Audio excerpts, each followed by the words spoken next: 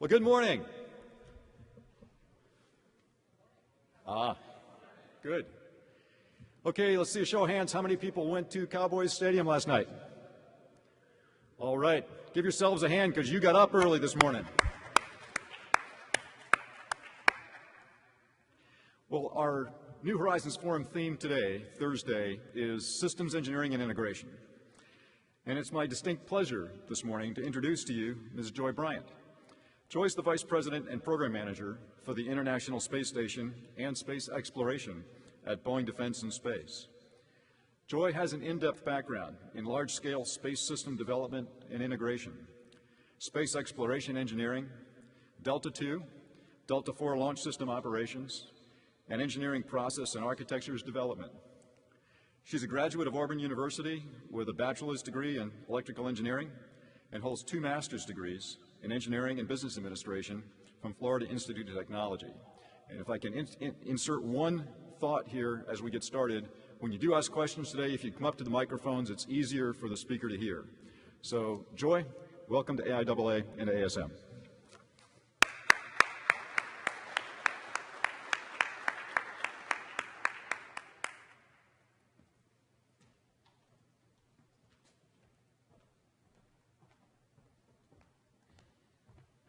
Good morning. All right, I'm not a formal speaker, so you guys are going to have to get much more engaged in this process. We're going to have a question. I'm going to save some time for questions at the end, and we'll talk through some of the unique stories around ISS, and I'll have some great photos courtesy of NASA. So we'll walk through the staging of station and some of those elements. Let me just do a sound check. I'm getting a bit of an echo. Is the volume too high? I get a thumbs up as in good. Okay. Must just be the rocks in my head. So we'll go ahead and get started. It's not my intention to walk through in complex detail elements of the International Space Station from specifically concepts going back that far, but just to touch slightly on how station is a building block associated with the systems engineering and the pieces that we need to do in order to further exploration. Looking at the construction phase or the assembly phase and the complexities perhaps that we knew about and those that we were surprised by. The challenges that those represented, challenges we knew were part of the complexity or perhaps just in the environment that you're working in. And then finally wrap it up associated with some of the capabilities that we have in place and the promises associated with the science. And as I indicated, my hope is to leave some time for you guys to delve further into something perhaps of interest or general questions associated with what I might know, and then I'll ask Tom to answer all those questions. Okay. Just looking at some of the concepts and the history of where we are going and how station is one of the stepping stones to get there. You know, started in the 70s from the Apollo Soyuz and learning how do we do the docking systems and starting our journey associated with collaboration. And moving from there, we actually came along in parallel paths. Salyut was the Russian system where they develop extended life and on-orbit systems, leading to the Mir station. And our Skylab was the first elements associated with that in the 80s. And coming back together, I can remember stories from my compadres on station as they were introduced to their partners, as the Russians were going to be part of our system, and indeed 5 separate agencies around the world for this International Space Station, and as we morphed the station Freedom in the initial stages of the International Space Station. But that was only looking at the partners and the politics. Much was remaining as to how do we design, what are the systems that we need to be worried about, and what is the assembly sequence. So I'm going to walk you through just a little bit of that. Backing up to the systems, what we learned in the Gemini Apollo from a Skylab perspective. On the left-hand side of the screen, depicting the docking that was required, enabling us to get to the moon, and the human interaction, freely flying and operating in space, absolutely a requirement. And then from a Skylab, this was the beginning of our station systems. And when I say our, I'm referencing the U.S. Initial entry into station and living in space. We obviously partnered with our international partners. So in parallel, somewhat staging, they were working their systems, and there is a different design system. The Russian approach is not as in-depth in the analysis. Classically, the aerospace industries and NASA will sharpen their pencil through analysis and develop through each of the different parameters, weight being one, et cetera. Whereas the Russians, their design will be a little bit more robust and not as much analysis associated with that. So you have two different systems and different styles, which blended quite well in not only looking for redundancies, but complementary elements. So their upcoming systems culminated in a Mir station. 360 cubic meters of kind of time frame. I talked with one of the astronauts, told me a story concerning our visits to Mir, and he was, I was surprised to hear him say that he was looking forward to the deorbiting of Mir. And when I quizzed him on that, because he said it with a bit of a crooked smile, and when I quizzed him on that, he talked about an unfortunate incident with some, we'll say, grape juice from the Russian system, where he opened his container incorrectly, and there's a rather deep, dark purple stain on the Mir, one of the components. And so he was hoping to have that embarrassing moment erased. So it was a different perspective to add the personal touch of visiting Mir and his embarrassing moment and opening the canister wrong. And we'll, like I said, grape juice, trying to find that in different places. So they were running in parallel and learning as we went. And of course, we visited. And yet we had to, from an international perspective, change gears as International Space Station came online. And of course, you recognize the systems engineering V. There isn't anything that is the proverbial rocket science here. But the complexity of the vehicle with 19 United States on-orbit segments, combined with 23 elements provided by the international component, government-furnished equipment, all of those pieces had to be integrated appropriately.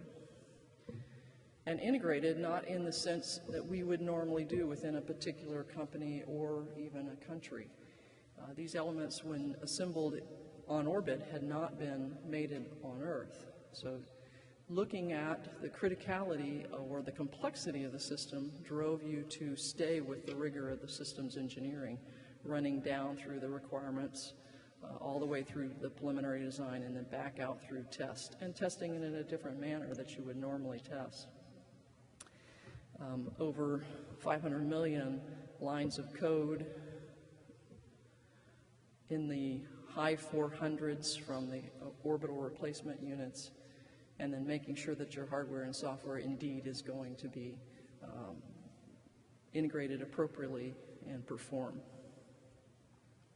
So no surprises here. There isn't a formula that International Space Station came up different for systems engineering. In fact, it is a testament to the discipline and the rigor that we know today that we have to drive through because of that complexity.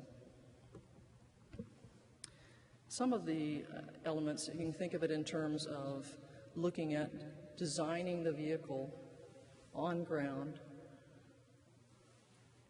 as an entity, as a complete unit.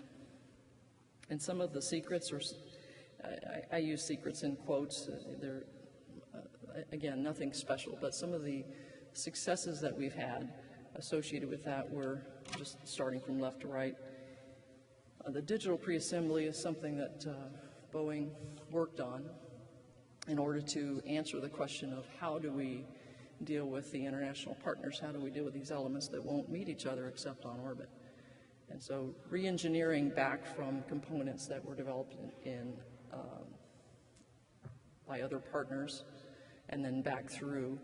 At that juncture, model-based design was not the standard, and so you ended up with something that you needed to re-engineer in order to have the ability to do the analysis that you see in the bottom right from a structural validation and ensure that, yea, verily, when I get to the fully assembled vehicle, it won't have any issues. Validating through robust mechanical qualifications. Life test, ensuring that the 15 years that were planned, starting in '98 as you assemble these components, could be met with the 4-year life or 4 times life requirements. We are currently doing analysis to extend station to 2028, which would give us from the '98 timeframe the first element up. We've been fully staffed since 2000, so for 12 years we've been staffed with a crew of 2, 3, 6, depending on the time frame. And so doing the analysis that validates we got it right from a mechanical qualification perspective. Test and fit checks, critical for those elements that could come together. And as I had indicated, hardware and software, both in the power systems as well as the development labs and running those systems. And we today still have the current configuration from a software perspective, so we can go validate if we see something that is unusual on orbit, we can validate that with the systems we have on orbit. This is not just a mechanical system, but a crew system. So the Neutral Buoyancy Lab in Houston, training our crew for not only the simulation of the components, but also the actual manipulation from a buoyancy perspective for the external vehicle assembly activity, for EVAs and IVA training. The robotics involved, the Canada Space Agency is supplying our robotic arms. And the testing for multi-integrated testing, this picture that you see on the bottom right is at the Cape. Each of the components there are available, electronically connected, and doing the integrated testing. And of course, validating, as I had indicated on the bottom right, the on-orbit structural validation. Yea, verily, if this component, once assembled, is going to perform as we expect. So these are all a few samples of those pieces that we would do associated with thinking about the vehicle as a whole. But in reality, this is a modular system. This system has to get to orbit. It has to withstand loads in a different orientation that is planned, a different set of loads than it'll see associated throughout its life. And that system needs to withstand those. So the analysis starts with each of the components, not only its trip, but the assembly sequence. Pardon me.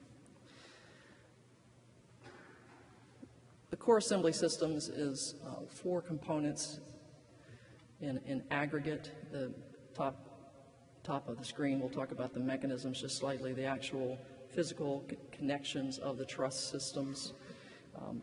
Being in the right place for not only prox ops, but the proximity to begin that process involved a system for the U.S. of targets, lights, and cameras. And the Russian system, as I had indicated, is slightly different, and we learn from each of our international partners design traits and how to pull those off from a systems perspective. The humans and the robotics complete that system, and then we validate from a kinematic modeling to ensure that this assembly can happen as each of the components arrive. Let me walk you through just a little bit of the first part of the assembly pictures. These are the first 2 tandem systems. On the right is Unity, or Node 1, and the left is the Russian-built U.S.-funded functional cargo block. We refer to it as FGB, and it's probably the one acronym I won't spell out for you because it's in Russian Cyrillic. So functional cargo block, or FGB, these are the two first elements of station. In '98, put in place, and as we flew away from it, taking pictures associated with the setup and preparations for being a manned system. In the 2000 timeframe, we added the service module. You see that on the left with the slightly larger solar arrays, and the progress vehicle to the aft of the service module. The progress vehicle carries cargo.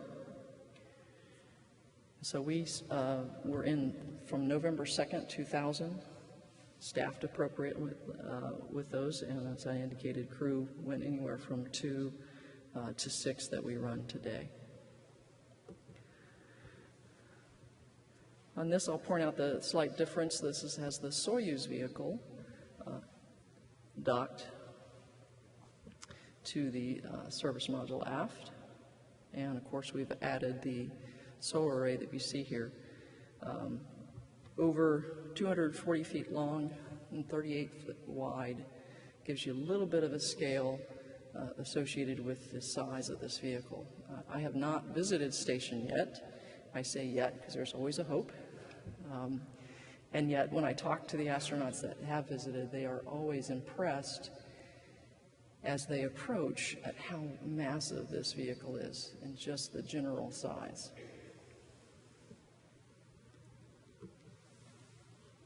We continue to build out the station, adding the airlock, which you see about approximate middle and extending to the right. This is in the XVV flying configuration, so it will be flying forward, our preferred flight path. Now the P6 is in a temporary position, so part of the staging of this vehicle has each stage being independent and can operate in these components for as long as we would need to. And of course doing the analysis. In this case, you're using the beta gimbal for the solar arrays in a configuration that you normally did not design for. So having a temporary configuration with the P6 or port section 6 on the top of the vehicle, if you will, in the zenith configuration, and then later moving it and staging it through those sequences. We began to build out the truss segment. Crudely speaking, you can have a left to right truss system that's part of the structural backbone of station versus the pressurized elements that run perpendicular to that. You see here that we have the space station remote manipulator system, or SSRMS, as part of our robotic system that's added. And the main truss systems begin to build out on the starboard side, or S1 side. And as I had indicated, each of these configurations needed to be viable on orbit individually. The components that were added added new functionality, but they also added more dependencies. And so we 3 times rewired the station in each of the configurations, bringing down systems, pulling up systems, both from a heat radiation perspective as power generation. And I stopped here to talk about the ability for the stages to fly independently, because this is where we had the shuttle accident, and indeed we stayed in this configuration or close to it for a longer period of time. With the P6, we had by that point in time the port and the starboard 1 truss segment that you see there in the horizontal. And the P6 configuration still in its temporary configuration.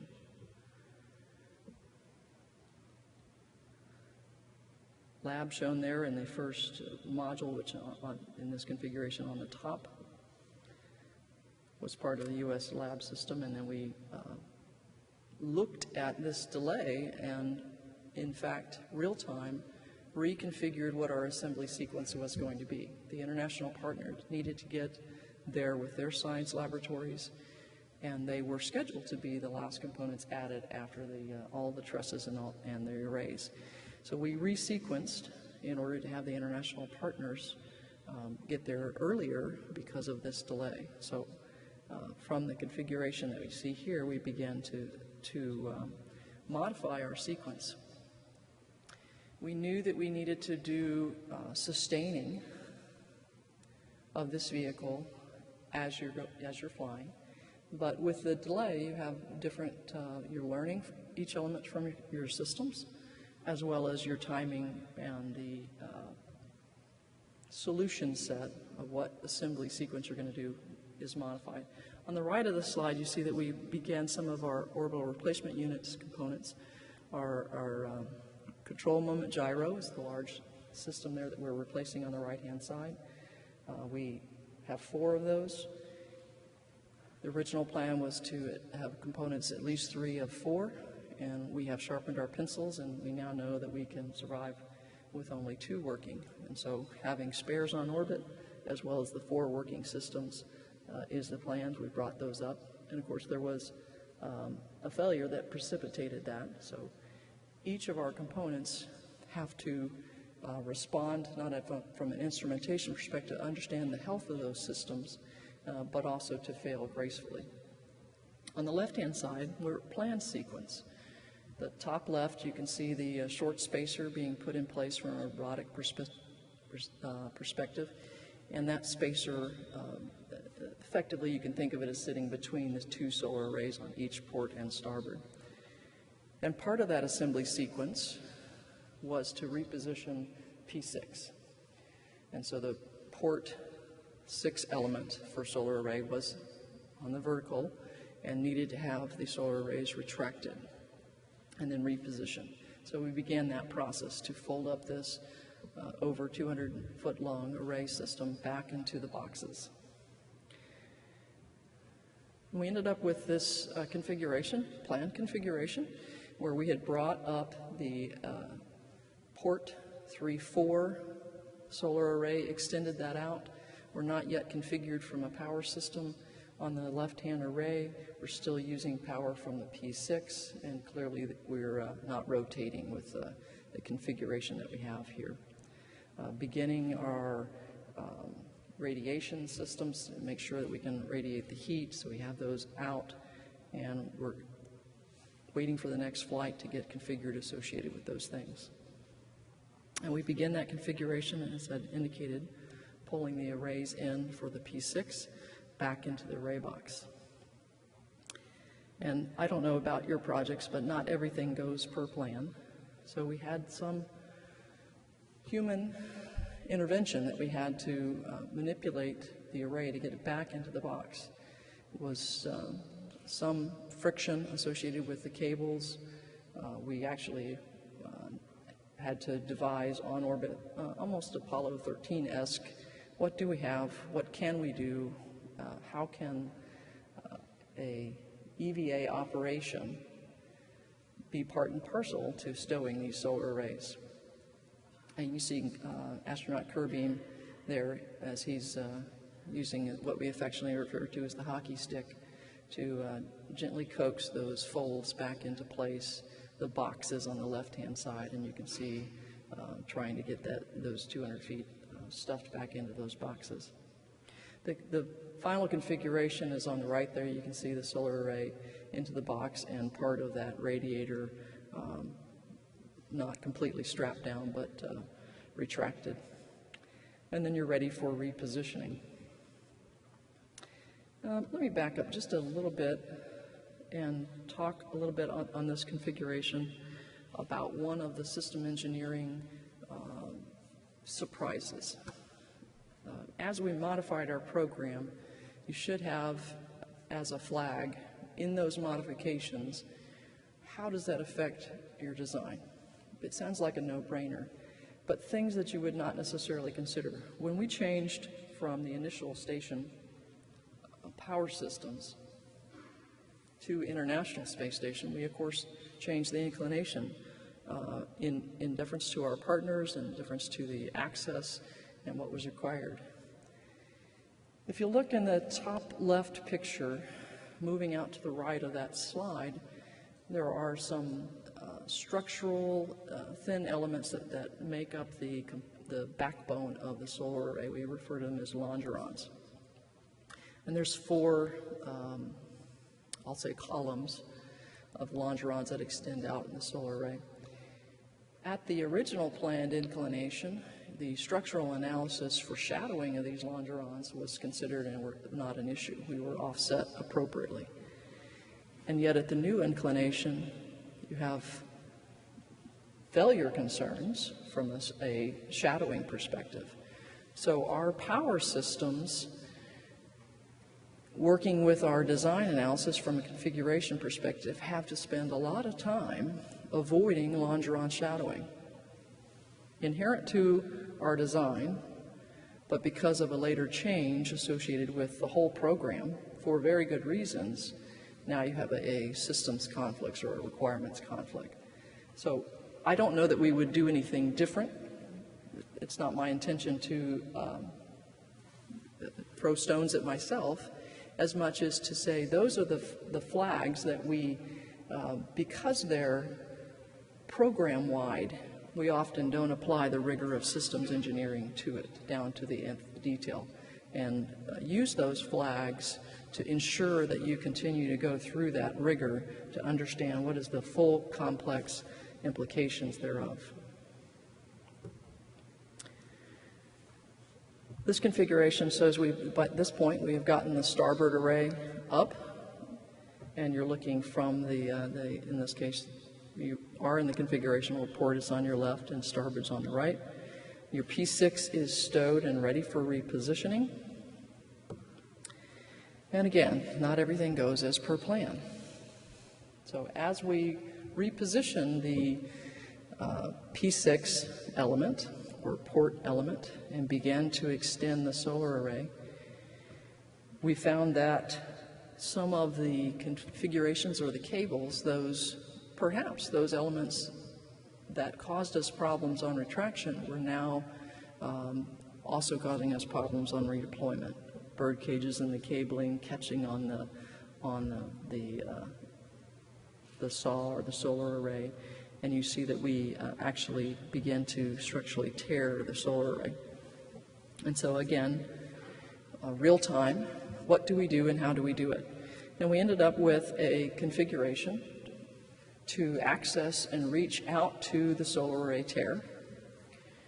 Not only getting there, but then what do you do when you're there? So you can see slightly on the right, and I'll have another picture here in a moment, but we had to use the shuttle arm in a configuration we had never planned to, from a mating to the center, extend out the shuttle arm, which you see there in the V configuration, and the solid beam on the end is the shuttle arm. The redundancy and the reuse of components here was key. Not something that we had originally planned, and yet because we had stayed with our design philosophy, implementing redundancy, reusing components, then we had a capability that we had not planned to use, but yea, verily, we absolutely needed. And extending beyond, you can clearly see we wouldn't have been able to reach much further, so fortunate as well as good planning from a design perspective. So both play into it. From a configuration perspective, how did you fix this? We actually took from our rack systems, just backing connectors. You can think of it as a half-inch wide piece of wire with a couple of holes, piece of metal with a couple of holes. It's part of a doubler system in a rack. And we used that as the end of a cuff link. Right? So wiring, cabling, tapes, and this end piece that's going to pivot. So you would put it through holes that were in the solar array, fabricated for manufacturing, not planned to be used. So we had to do the analysis associated with the mylar and the tape, understanding the strength of those manufacturing holes, and then manufacturing on orbit, manipulating these systems for what you had on orbit, and then threading these through in the configuration, as I said, getting out there and then putting those in place to thread these and stitch up the solar array. And that's the solar array the other side, as we were in the fully extended with the P6 on the port side. So providing the power that's necessary, and you can see the longerons to the right as they're fully extended. So P6, now in the configuration to use our solar alpha rotary joints. And you see the starboard side just beginning with a 3-4 system and waiting on orbit to get the rest of the starboard system. And we operated in this configuration as was per the plan. As I'd indicated, the international partners, we had moved them up in the assembly sequence. So you see here the 190-degree element. This is the Columbus or the ESA element, and it has as what we refer to as the back porch, some elements for external payload pieces, and that's coming off of the node 2 that has been added in extension of the lab.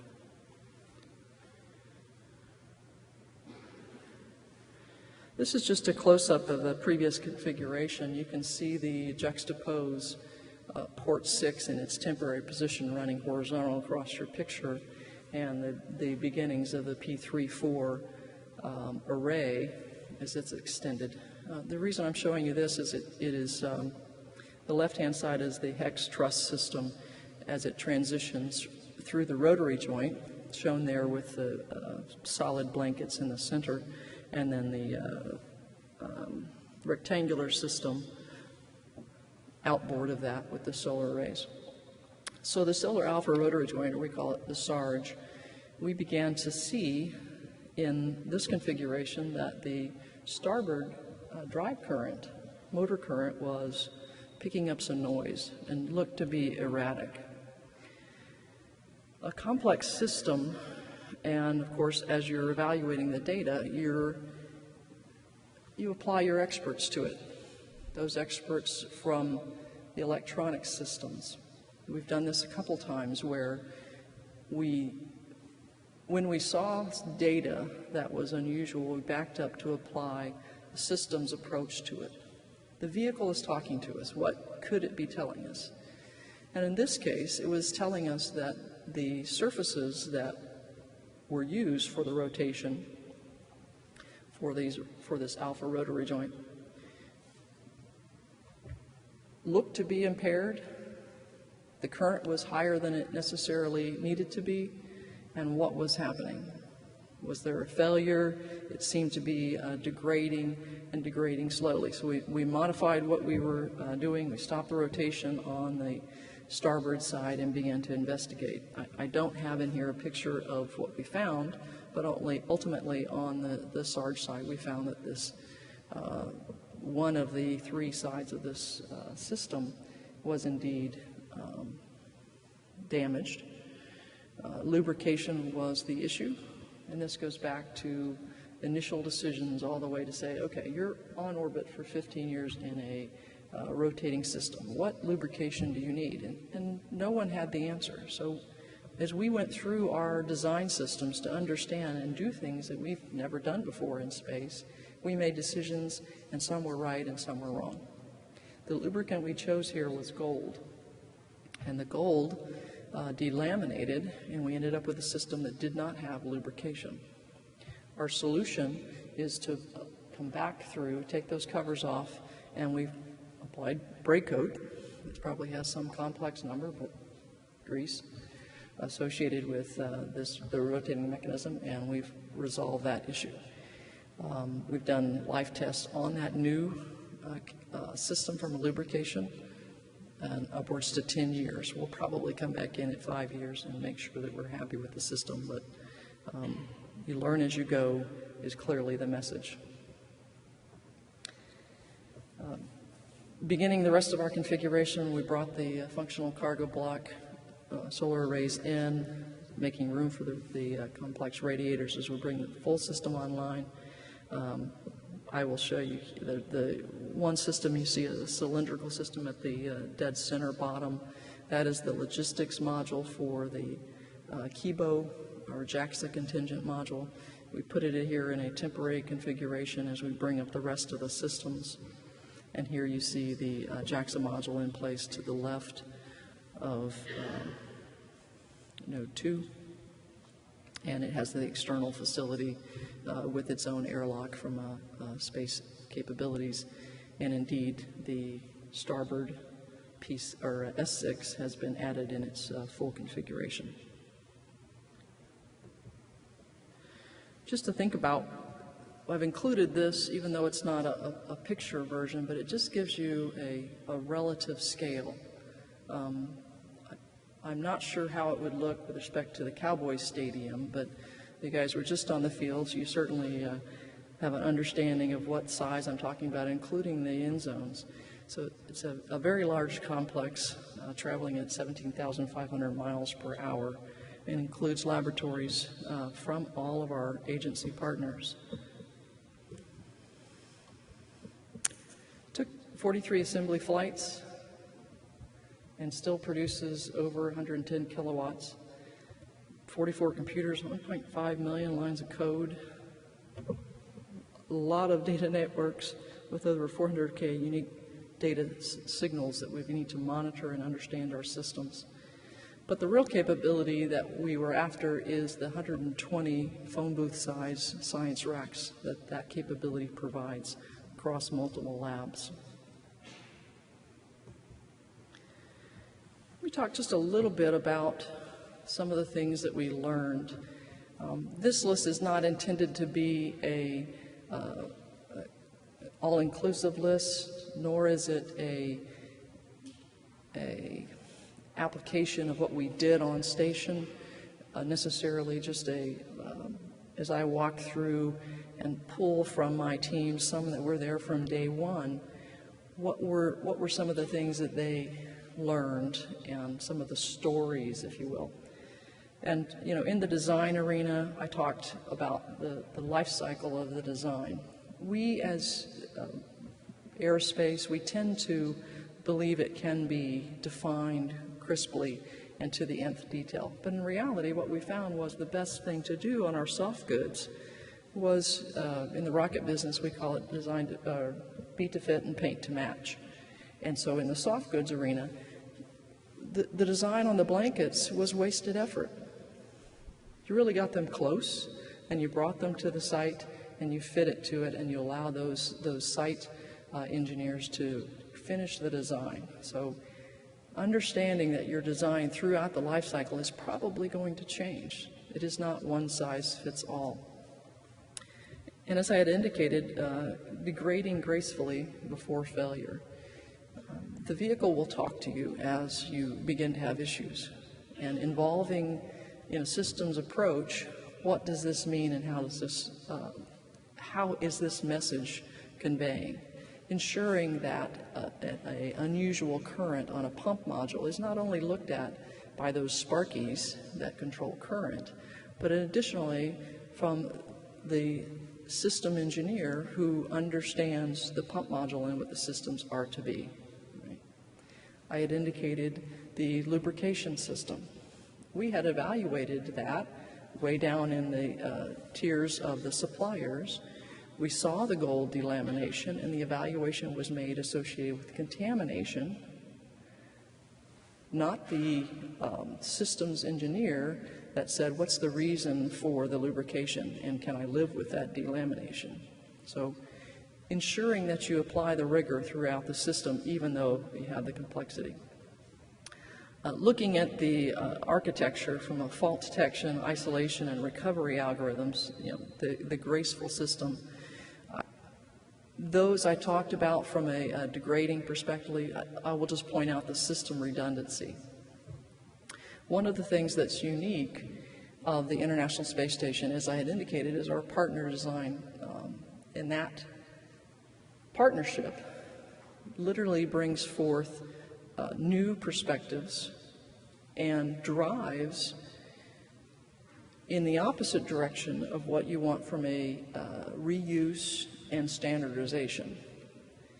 But as we all know, There are weaknesses in reuse and standardization. If there are issues in the design or complexities that you need to work through, such as our environmental control system, which we're still trying to understand, that system for the U.S., in parallel with the system for Russia, is a wonderful strength in they have completely different designs, and what may be a problem over here indeed does not manifest itself on a critical system. And so complexity as well as redundancy and differences in that redundancy is essential to a fully integrated system. I commented about the model-based design, that it wasn't in place across the board today, and that from an ISS perspective, and that is critical as we go forward. We all know the capabilities of what that means, and being able to drive that into validation and analysis.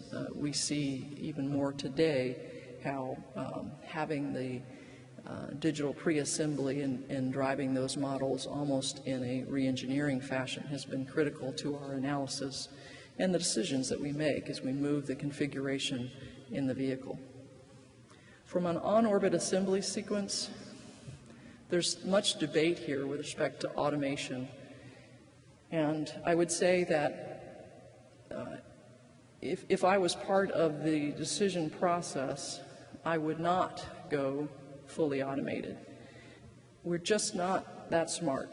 We think we understand our design, we think we know exactly what's going to happen, and in reality, human intervention is often what saves us from the unknown. And so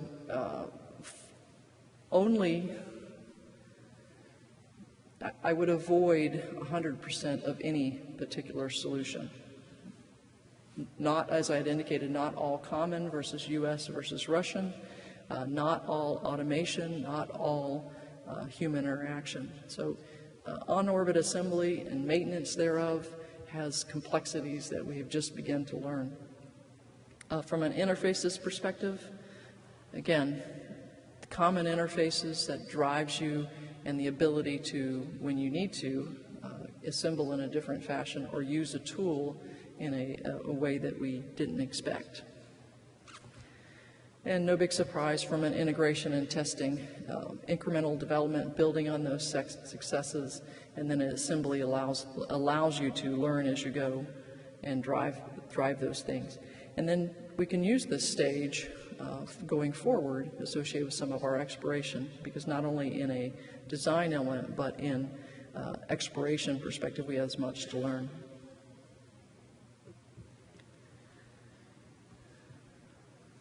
So from a assembly, or before I get to capabilities, I just wanted to kind of wrap up what are some of the things that are challenges to go for the future. We talked about autonomy.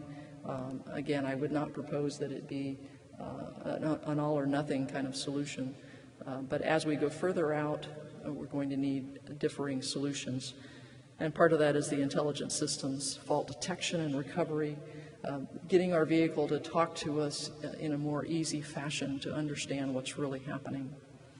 Sensors associated with that, smart systems, structural technologies, being able to build in a different fashion some of the basics thereof, and the deployable structures. And of course, as I had indicated, from the model-based design. One of the things that still is a big concern, and we find hardware that's failed, is debris protection. So micrometeor, orbital debris, or MMOD as we refer to it, and the protection thereof is still a key event.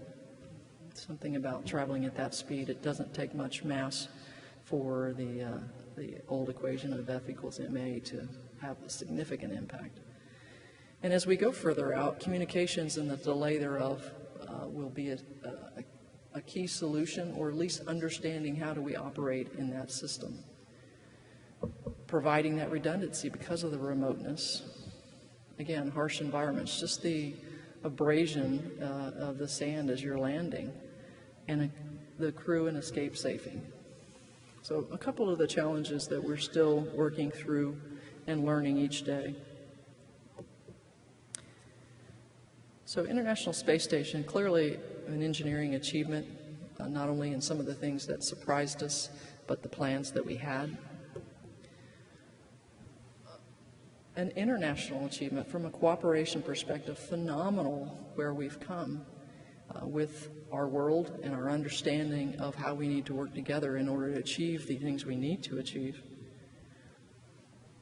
But the science that is just beginning on the station as we've completed assembly, entering into new knowledge and benefits. Let me talk just a minute associated with some of the accomplishments. The top left, our JAXA partners have picked up where we left off from a crystal science perspective, and they have discovered, by building crystals in their JAXA facility there, they've had insights without the effect of gravity. You have a more perfect crystal growth that you can evaluate. And the insight in this case is the ability to see this water molecule in the protein that is present for Duchenne muscular dystrophy. So 1 in 5,000 males are affected by Duchenne muscular dystrophy, and by perfecting and seeing this water molecule, they're in animal testing associated with a drug that will remove the impacts of Duchenne muscular dystrophy. Top right, bone loss prevention. One of the hazards of space environment indeed gives you benefits. Benefits from a science perspective. We all know that without the force of gravity, the bone loss accelerates. So we are able to do testings to understand what affects us all, which would normally be a long life cycle, 80, 90 years, to have case studies, and to drive that research from generation to generation is difficult. But with the acceleration in the space environment of bone loss, we can develop additional science, and indeed we're working on drugs preventing and being able to test the capability for bone loss and understanding that. So impacts to osteoporosis here on Earth. Bottom left, cancer treatment deliveries. This is encapsulation capabilities. You wouldn't imagine International Space Station as a manufacturing site. It's not intended to be something that you're going to have a mass production thereof. In this case, you actually are going to see what is capable on station for an encapsulation or drug delivery system, in this case addressing prostate cancer. And so the facilities in Houston, driving through the microencapsulation, and are now in animal testing for the delivery for drugs using this delivery system. And the bottom right, perhaps what you've heard most about, is the vaccine systems. It turns out that some viruses are more virulent on orbit, and it is that turning on and off the genome and understanding what that is, then you can reverse that. And we're developing, 2 different companies in competition are developing vaccine associated with salmonella. And this opens up a different capability to understand the complexities. So what is possible here is because of the laboratory and what's different about ISS. It's just a little thing with a little g.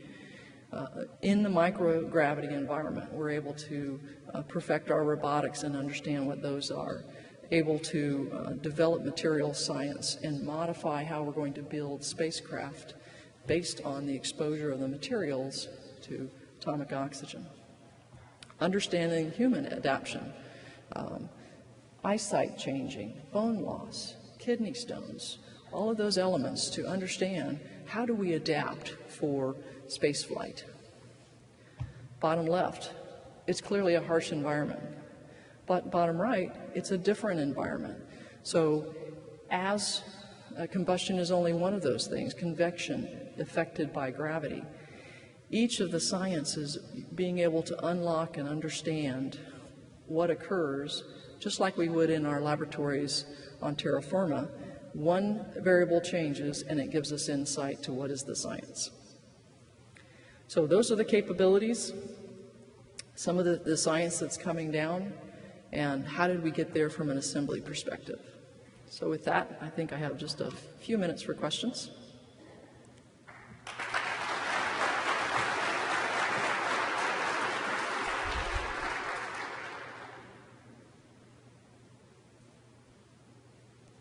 Any questions?